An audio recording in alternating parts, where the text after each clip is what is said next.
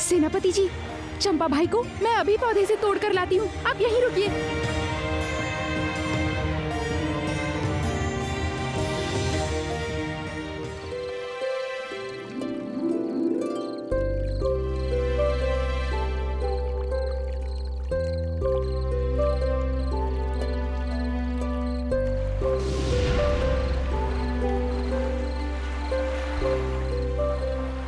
नहीं नहीं पारुल, खबरदार पारुल, उस चंपा के फूल को हाथ मत लगाना, खबरदार वरना तेरे हाथ काट लूंगी। सावधान सावधान पारुल, सावधान, खबरदार।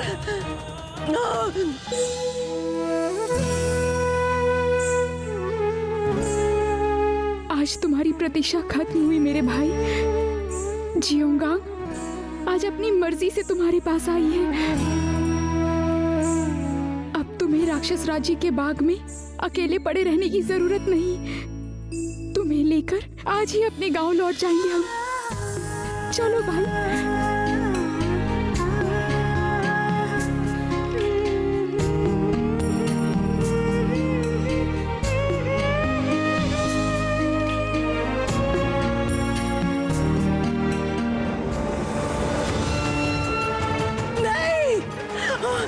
नहीं, ये नहीं हो सकता, बिल्कुल नहीं हो सकता, बिल्कुल नहीं।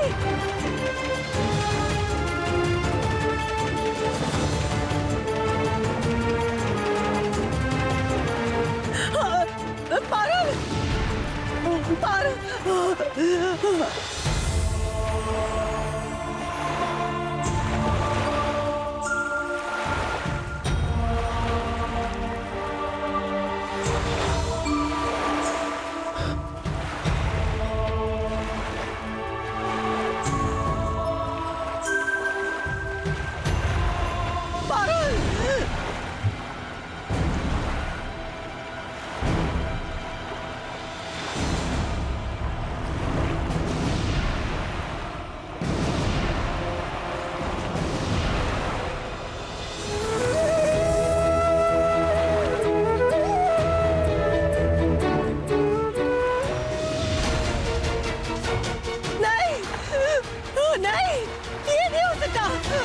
कभी नहीं हो सकता।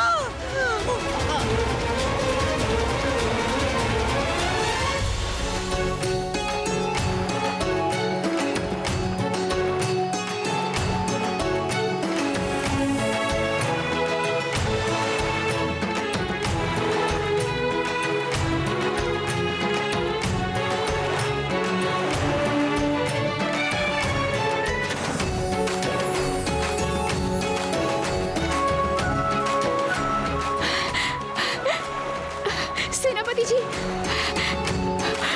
अब कोई चिंता नहीं सेनापति जी, मेरा चंपा भाई अब नहीं सूखेगा। अब हम निश्चिंत होकर अपने चंपा भाई को ले जा सकते हैं।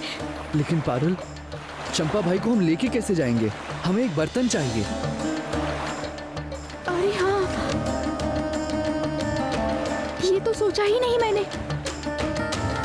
अब यहाँ कहाँ मिलेगा चंपा भाई को ले जाने लायक बर्तन?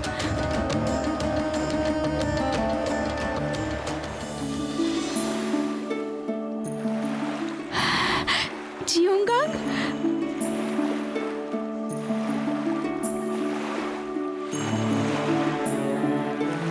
चिंता मत करो पारुल, वो देखो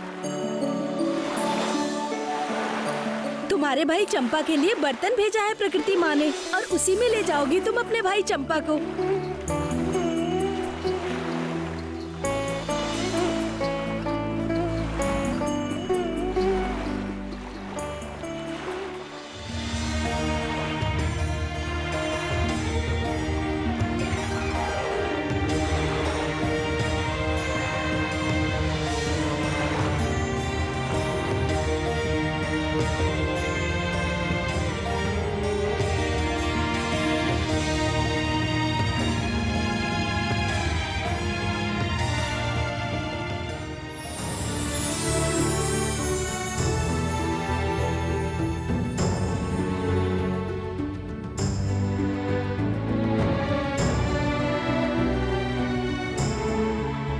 पद्मावती की दूसरी संतान चंपा फूल बनकर खिली है सागर रानी के देश में।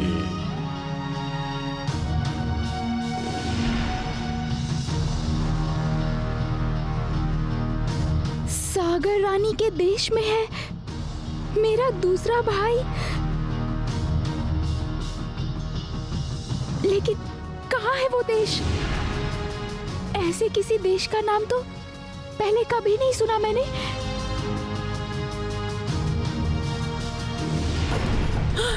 आकाश से आकाशवाणी क्यों हुई? पद्मावती के दूसरे बेटे का ठिकाना क्यों बताया गया? क्या मतलब है इसका? मुझे पता करना होगा। इन सब का क्या मतलब है? इसका मतलब पद्मावती के पहले बेटे को पारुल यहाँ से ले जाने में सफल रहेगी। सागर रानी के देश का ठिकाना जानने के लिए मुझे पहले इस राक्षस राज्य से बाहर निकलना होगा। उसके बाद एक नया सफर शुरू करूंगी, मेरे दूसरे भाई को बचा के लाने का। मेरे भाइयों को और पिताजी को मैं वापस लेकर ही आऊंगी।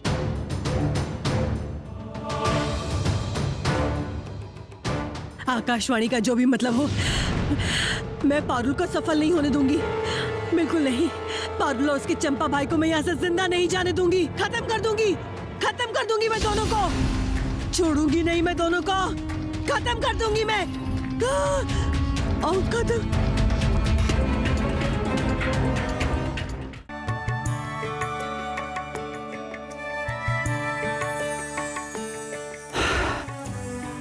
चलिए सेनापति जी, अब एक पल भी यहाँ इंतजार करना सही नहीं होगा। मैं भी यही सोच रहा था। चंपा भाई को जब हमने बचा ही लिया है तो बेवजह वक्त बर्बाद करने का कोई फायदा नहीं है। रानी मणिमल्लिका को खबर मिले और वो यहाँ आए, उससे पहले हमें इस जगह से निकलना होगा।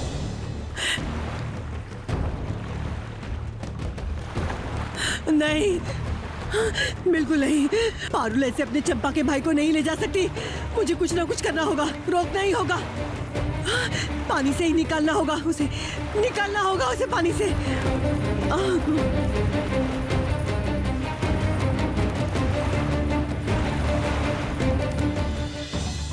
हम इस राक्षस राज्य से निकल जाएंगे सेनापति जी। अच्छा ही हुआ कि यहीं आपसे मुलाकात हो गई, वरना दोबारा मुझे जंगल जाना पड़ता आपको ढूंढने। लेकिन नाना जी कहाँ है सेनापति जी? आप दोनों तो साथ में ही थे ना? मुझे कैद कर लिया था रानी मणिमल्लिका ने। नानू ने जादुई शक्ति से आजाद करके मुझे यहाँ भेजा है। नानू लगता है अभी भी महल में ही होंगे।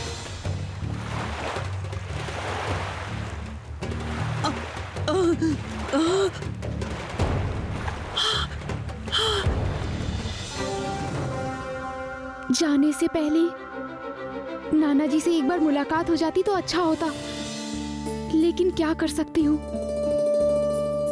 अभी खतरा मोल लेना सही नहीं होगा। मैं भी यही सोच रहा था पारुल। राक्षस नगरी में अब तुम्हारा काम खत्म हो गया है। अब हमें वक्त बर्बाद किए बिना यहाँ से निकल जाना चाहिए, सागर रानी के देश की ओर, तुम्हारे दूसरे भाई को बचाने के लिए।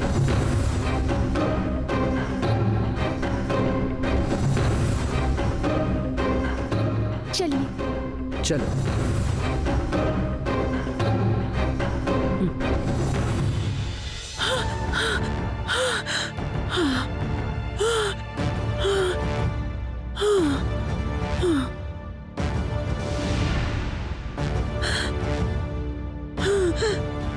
इतना आसान नहीं है। मेरी आंखों के सामने तो अपने चंपा भाई को ले जाएगी, ये मैं जीते जी नहीं होने दूंगी।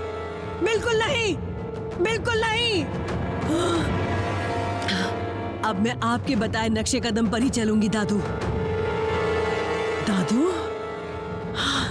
आप मेरे दुश्मनों की कितनी भी मदद क्यों ना कर ले, आखिर में जीत मेरी ही होगी।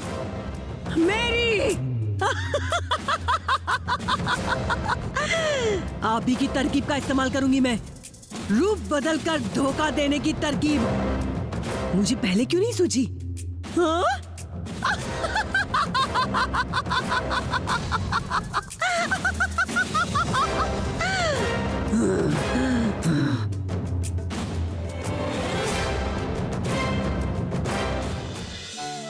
मेरा भाई, मेरा प्यारा भाई, मैंने तुझे ढूंढ ही लिया। अब एक एक करके बाकी के 6 भाइयों को भी ढूंढ ही लूंगी।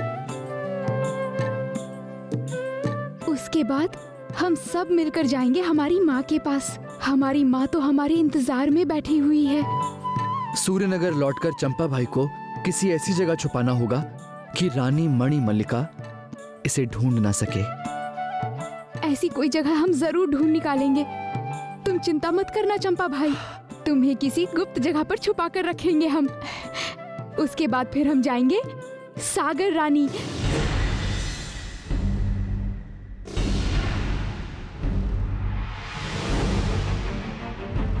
क्या हुआ पारुल?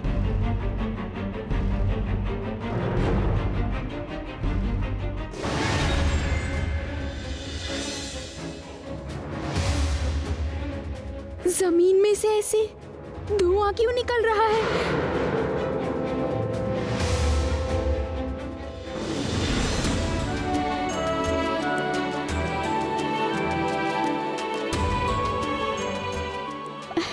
नाना जी, आप यहाँ? मैंने सोचा। क्या सोचा था तूने? मैं क्या मणिमल्लिका हूँ? नहीं नहीं, तू निश्चिंत रहे। हाँ, वो यहाँ कभी भी नहीं आ सकती है। उसे तो मैंने कैद कर दिया है। हाँ।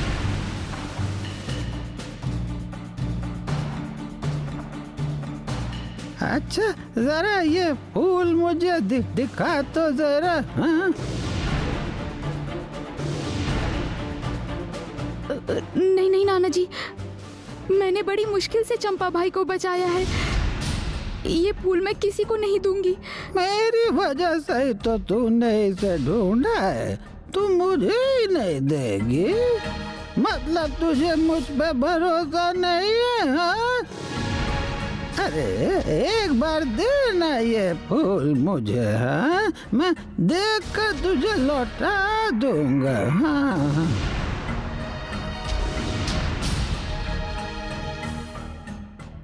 ठीक है नाना जी, गुस्सा मत कीजिए।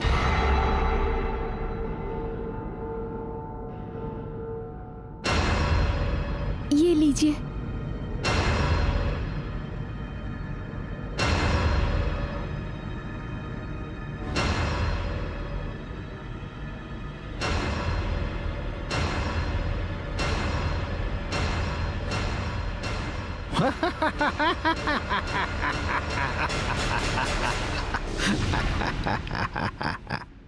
क्या हुआ नाना जी? आप ऐसे हंस क्यों रहे हैं?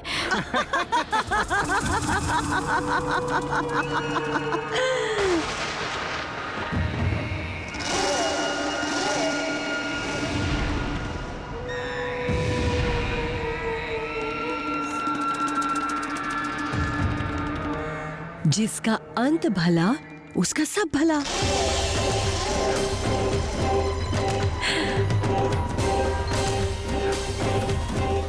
पर अंत तो मेरे हाथों में ही हो रहा है पारुल। क्या सोचा था? क्या सोचा था तुम दोनों ने? तुम दोनों मिलकर ये चंपा का फूल लेकर राक्षस राज्य से बाहर चले जाओगे? इतना आसान है? तेरा चंपा भाई तो अब मेरे हाथ में है पारुल।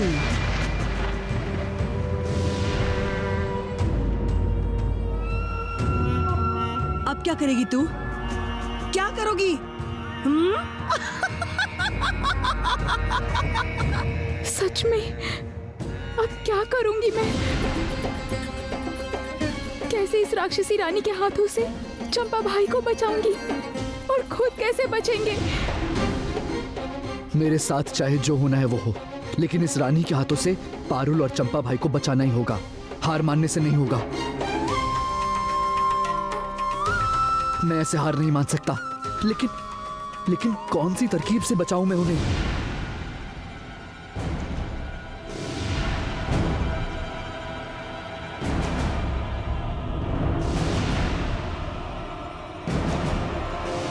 बर्तन में जियोनगांग का पानी है। मतलब तू उस काल राक्षस से बचाकर जियोनगांग को भी ले आई।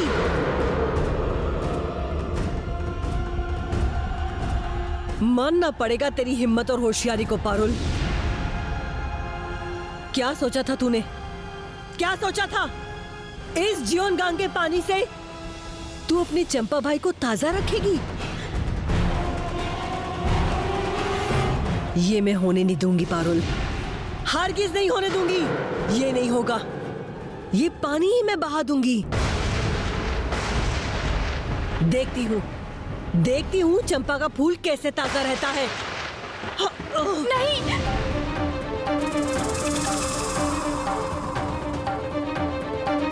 नहीं, नहीं, नहीं। बहुत प्यार करती है अपने चंपा भाई से। बहुत तकलीफ हो रही है ना अपने चंपा भाई के लिए। ठीक है, फिर चंपा का फूल सूख जाएगा तो खेल ही खत्म हो जाएगा, है ना? उससे बेहतर होगा मैं तुम दोनों की बलि चढ़ा दूं। मुझे ज्यादा मजा आएगा। और उसके अलावा मैं तेरी बलि चढ़ाकर संपूर्ण राक्षसी बन जाऊं। बिल्कुल, आज ही तुम दोनों की बलि चढ़ेगी और उसके बाद इस राक्षस राज्य के सिंहासन पर मैं बैठूंगी। और तेरा ये चंपा फूल सारी जिंदगी इस राक्षस राज्य में ही फूल बनकर रह जाएगा। चल जल्दी चल। तुम दोनों की बलि चढ़ाने के बाद आज पूरे राक्षस राज्य में होगा खान पान, भोजन, नाच गाना।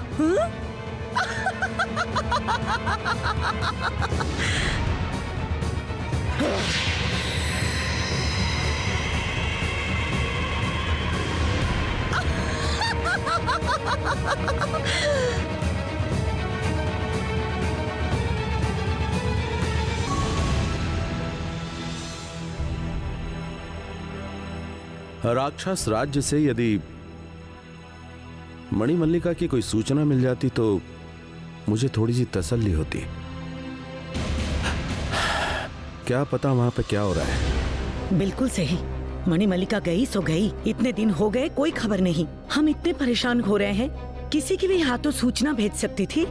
उफ, यहाँ मैं भी विवश हूँ। मेरा माया दर्पण राक्षस राज्य में काम ही नहीं करता। इसका अर्थ क्या है? क्या हम कुछ नहीं करेंगे? हाथ पे हाथ धरे बैठे रहेंगे? नहीं, बल्कि हम अपना कार्य पूरा करेंगे। जाने से पहले मणिमल्लिका ने क्या कहा था याद है? रानी माया को सूर्यनगर में वापस लाने के लिए। तुम रानी माया को सूर्यनगर में वापस लाने का प्रबंध करो। और इसके लिए मैंने अपने एक विश्वसनीय अनुचर को भेज दिया है।